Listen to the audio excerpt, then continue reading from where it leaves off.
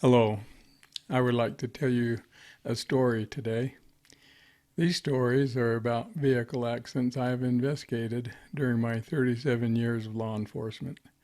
Since this is a police story, I need to get changed.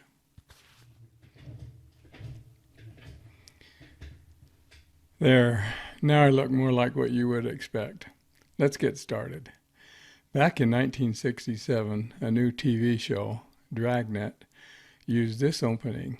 The story you are about to see is true. The names have been changed to protect the innocent. My stories are also true, and I do not name any names, places, or even agencies. Of all the jobs I had, I got the most challenge and satisfaction from accident investigations. During my career, I started counting how many I did, and I stopped at 3,000. I'll pick out a few that were interesting and make a good story. Let's get started with the bull in the road. It was a dark, moonless night on a lightly traveled asphalt road in the countryside. There were only ranching fields on either side of the road, no street or other lights at all. The nearest town was over 10 miles away. The speed limit was 55. A man was traveling about that fast in a pickup truck when he hit a black bull standing in the middle of the road. The truck hit hard enough it broke the motor mounts and pushed the engine into the cab area. The driver had a seat belt and was only moderately injured. No ambulance was required. Amazingly, the bull, which weighed about 1,500 pounds or so, was initially knocked down, but was up and standing when I arrived. He was breathing heavily and died later. I think it was a day or two later, actually.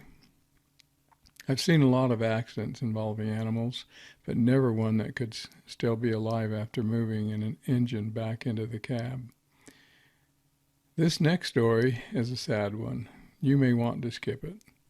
A truck carrying heavy metal sewer lids was coming down a steep, curvy canyon road and lost its brakes. The investigation showed the driver knew there was an acute curve and embankment coming up. He attempted to avoid it by turning off onto the mountainside, presumably to make a wide U-turn and come to a stop. But it was too steep, and the truck ended up going over the embankment and falling about 25 to 30 feet. The truck hit the curving road very hard, nose down at an angle. The impact broke the entire front axle and wheel assembly off. The heavy sewer lids were thrown forward into the truck cab, crushing the driver into the steering wheel.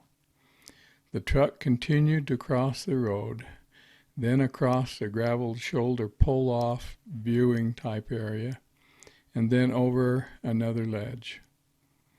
It came to a stop against some boulders about 50 feet down the steep hillside. When I got there, all I could see was his left arm and hand. The rest was crushed into the wreck. I checked his pulse to see if he was deceased and was amazed to find him still alive. Unfortunately, his pulse stopped and he died while I was holding his hand. An ambulance and a wrecker had already been called. The wrecker had to pull the cab off of him so that we could get his body out. I still choke up thinking about this wreck. One last one. I got a call about a car deer accident in the canyon. The driver asked me to meet him in the city by the canyon road. When I first saw his car, I couldn't see any front end damage, which is typical with deer accidents. I asked him where the damage was. He said, "On the roof," and pointed out a large dent in the car's top. Then he explained. He was driving down the canyon in an area with a steep hillside on the driver's side. A deer was bounding down the hillside and just happened to use the car top for one of its jumps. The deer was probably expecting the roadway, but got the traveling car instead. The deer wasn't injured and just kept going.